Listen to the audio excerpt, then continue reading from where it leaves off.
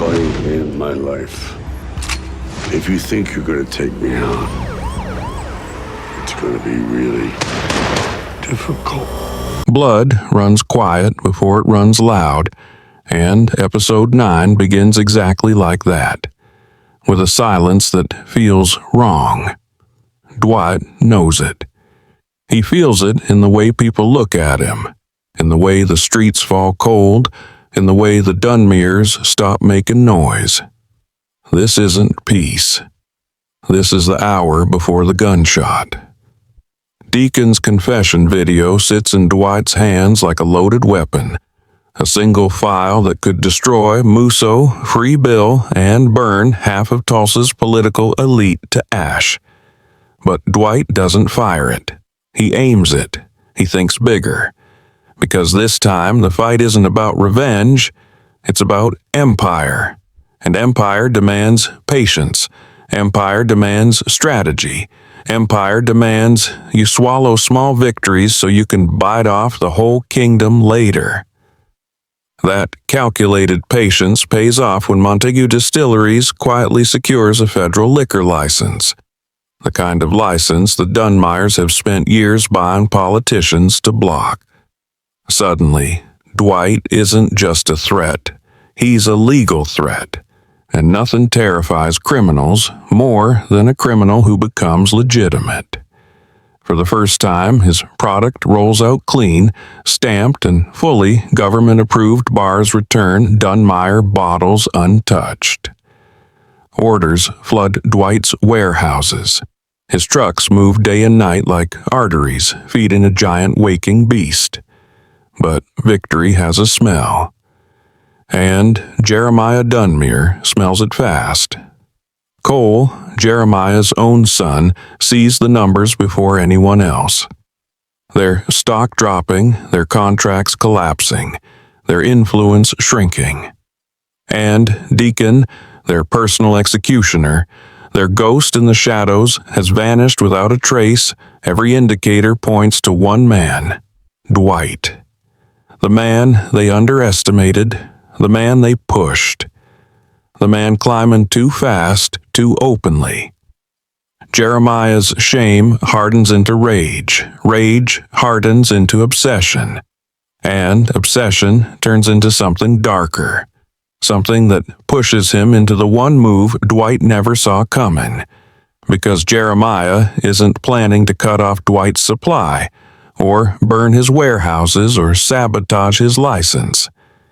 He goes for the one pressure point Dwight cannot ignore: Joanne.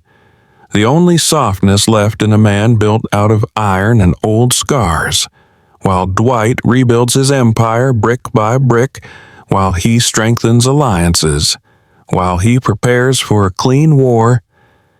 Jeremiah goes dirty. His men track Joanne, follow her routine, wait for the moment her guard drops. And in the final minutes of quiet, they take her. No warning, no message, just absence. The kind that hits you like a punch you never saw coming. But Dwight isn't allowed to process that loss yet, because another ghost from his past arrives before the panic sets in: Russell Lee Washington Jr., a name Dwight never thought he'd hear again, steps back into his life like a shadow from a cell block. Russell carries the weight of history in his voice, the kind of history forged inside prison walls where favors are paid in blood. His arrival is not a reunion. It is a warning. Russell should be on a straight line from Newark to New Orleans. But instead he lands in Tulsa with a story that shakes Dwight to his core. Because Tyson, the kid Dwight trusted, mentored, protected, has been playing with fire. Real fire, drug money, ecstasy dealers, a side hustle that isn't just reckless, it's fatal. And someone else was watching. Rye, the man with debts, the man with desperation, the man willing to turn old friendships into open graves. Russell confesses the truth. Rye ordered him to kill Dwight. ordered him to put a bullet in a man he once called brother. Twice Russell held the gun, twice he hesitated, twice he walked away. And now Rye wants him dead too. An assassin is already on the move. And the moment Russell says those words, Dwight finally understands. The storm isn't coming. It's already here. 2 enemies, 2 wars. 1 attack on his business, 1 attack on his life, 1 attack on his heart. The night grows heavier around Dwight, pressing against him like a reminder that every victory demands a price he hasn't paid yet. Tulsa feels different now, quieter, colder, as if the city itself is holding its breath.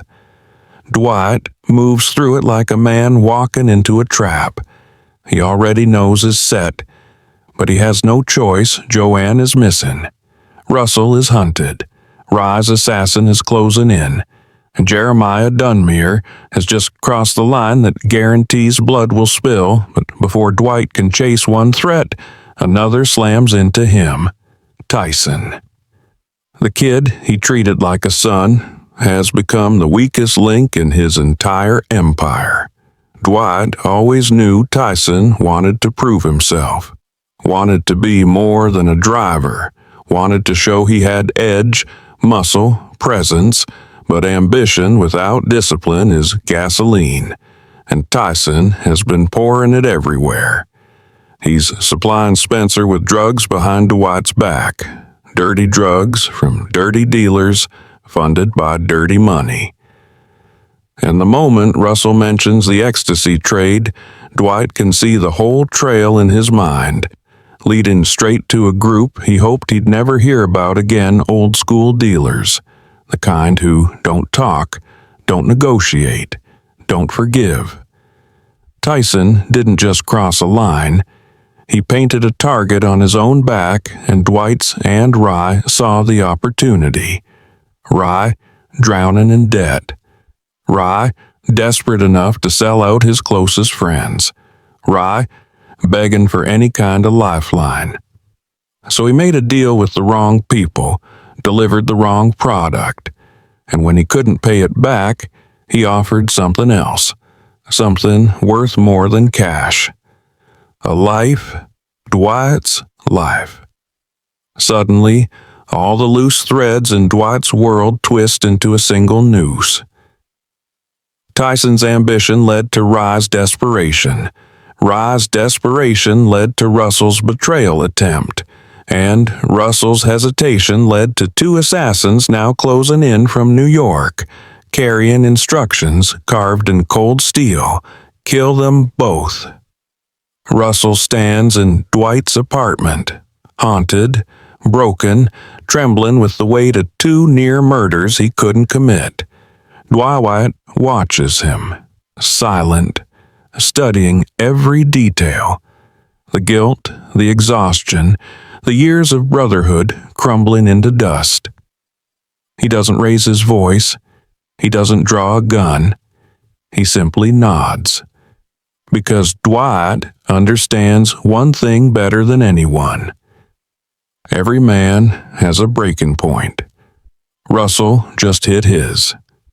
But Dwight also knows something else. Men who are hunted are the most dangerous kind. So the 2 form an uneasy alliance, not out of trust. That died the moment Russell raised a gun, but out of necessity. The kind that binds men only when death is already in the hallway. They plan to face the assassins head on, to stop running, to strike first. But even as they prepare, Dwight's mind keeps drifting back to Joanne. Kidnapping isn't business. It isn't strategy. It's personal. And Jeremiah knows it. For years, Jeremiah held on to his pride like a crown. Dunmire Distilleries was his legacy, his kingdom, his throne. Watching it collapse under Dwight's rise wasn't just a financial blow, it was humiliation. Deeper than money, deeper than rivalry, deeper than revenge. Jeremiah isn't trying to destroy Dwight's empire. He's trying to destroy Dwight. And he begins by taking the one person whose absence could turn Dwight from a strategist into a weapon. Meanwhile, Musso, the FBI agent whose motives are stitched together with grief and vengeance, continues his uneasy dance with Dwight. Musso wants Deacon. He wants closure. He wants justice. But he also wants Dwight under control. Their alliance feels like two wolves circling each other. Both waiting for the moment the other slips, Dwight can feel Musso tugging at the leash. Musso can feel Dwight sharpening his teeth. And in the background, Spencer spreads the news. The bomb that went off wasn't the end of the war. It was the beginning. Mitch is injured. Innocent people died.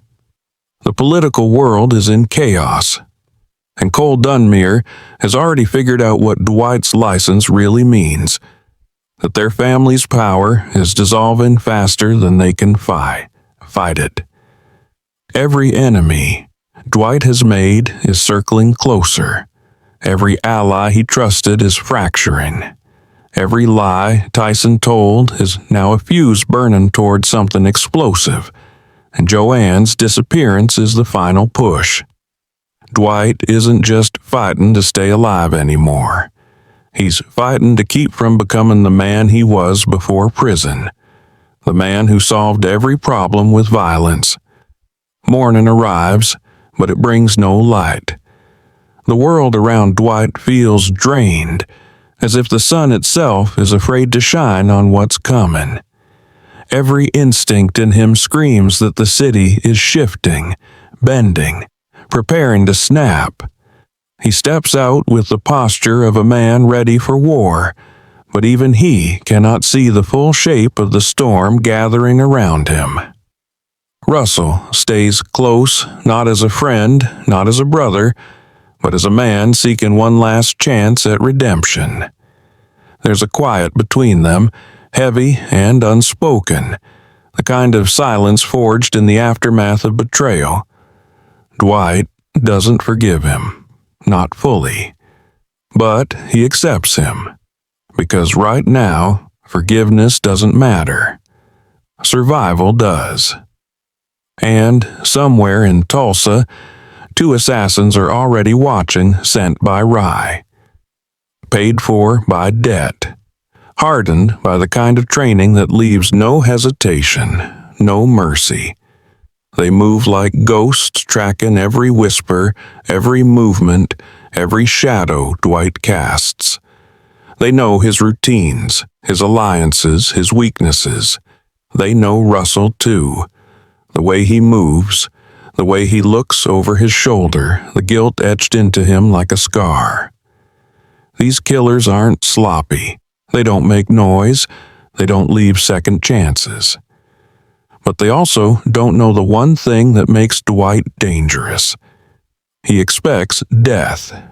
He's lived with it longer than any of them.